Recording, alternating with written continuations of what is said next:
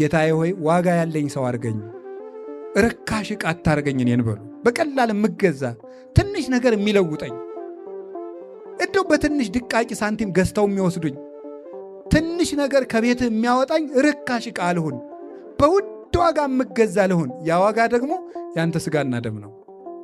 የኔ ዋጋዬ አንተ ነህ ብለን ማሰብ አለብን። እና ለራሳችሁ እኔ እኮ ዋጋ ያለኝ ሰው ነኝ ብላችሁ ካሰባችሁ ርካሽ ቦታ ስትወጡ እንዴ እኔ ዋጋዬ ስንት ነው በሉ። የማይመጥናችሁ ቦታ ስትሄዱ እኔ ዋጋዬ ስንት ነው? እንደ ተራ ሰው ወጥታችሁ እያበዳችሁ ተሳደቡ ሲላችሁ እኔ ዋጋዬ እኮ ይሄ አይደለም።